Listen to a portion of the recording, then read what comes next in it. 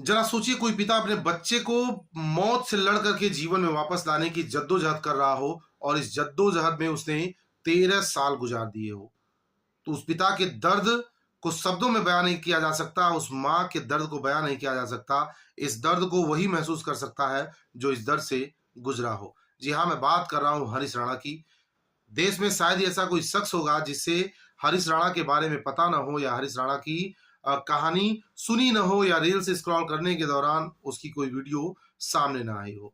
हरीश राणा 19 वर्ष का एक ऐसा होनहार युवा था जो इंजीनियरिंग की पढ़ाई कर रहा था और देश की सेवा करने के लिए वो तैयार था। इंजीनियरिंग का एक होनहार छात्र जब चंडीगढ़ में चौथी मंजिल से गिरता है तो उसके जीवन की दिशा और दशा दोनों बदल जाती है। उसके दिमाग में गहरी चोट पहुंचती है, दिमागी में गहरी चोट के साथ उसको अस्पताल में भर्ती कराया जाता है, जहां डॉक्टर यह डिक्लेयर करते हैं कि वो अब अस्थाई वेजिटेटिव स्टेट में रहेगा। अस्थाई वेजिटेटिव स्टेट का मतलब हुआ कि वो कभी जीवन में दोबारा होश में नहीं आ सकता है, यानी एकदम ना के बराबर चांसेस हैं। फिर भी उसके माता पिता इस बात से संतुष्ट नहीं होते हैं और लगातार हरीश राणा को अस्पताल में भर्ती किए रहते हैं और 13 साल तक उसकी इलाज कराते हैं। 13 साल में माता पिता टूट जाते हैं और जब उम्मीद की कोई किरण नहीं नजर आती है तो माता पिता 2024 में दिल्ली हाईकोर्ट में इच्छा मृत्यु की मांग करते हैं, जहां से दिल्ली हाईकोर्ट ने इनके इस मांग को खारिज कर दिया। इसके बाद 11 मार्च 2026 को सुप्रीम कोर्ट ने एक ऐतिहासिक फैसला सुनाया, यानी एक ऐसा फैसला जो भारत देश में कभी इसके पहले किसी भी अस्थाई वेजिटेटिव स्टेट के लिए नहीं किया गया था।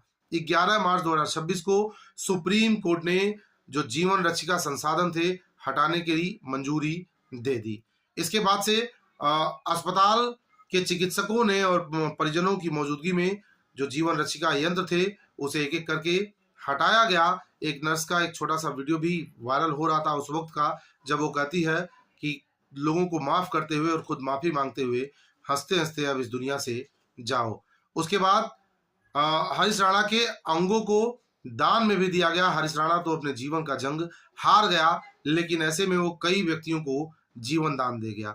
यह कहानी है हरीश राणा, उसके माता पिता और उसके भाई की, जो अस्पताल में निरंतर उसके इलाज के दौरान हरीश राणा के जीवन में गुजरी बातों को उसे बार बार याद दिलाया करते थे, उससे बात किया करते थे, इस उम्मीद में कि शायद कहीं उम्मीद की किरण जग जाए और उनका लड़का होश में आ जाए। लेकिन यह संभव नहीं हो सका।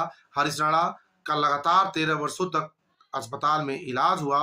वो कोमा में चले गए थे, यानी वो 13 वर्षों तक कोमा में रहे और फिर भी होश में आने के उनके कोई चांसेस नहीं बन रहे थे। माता पिता टूट करके सुप्रीम कोर्ट का दरवाजा खटखटाते हैं, जहां से हरीश राणा को इच्छा मृत्यु दी जाती है और हरीश राणा अब इस दुनिया में नहीं है, लेकिन इसके बावजूद भी वो ऐसा काम कर गए जो कई लोगों को जीवन दान दे गया।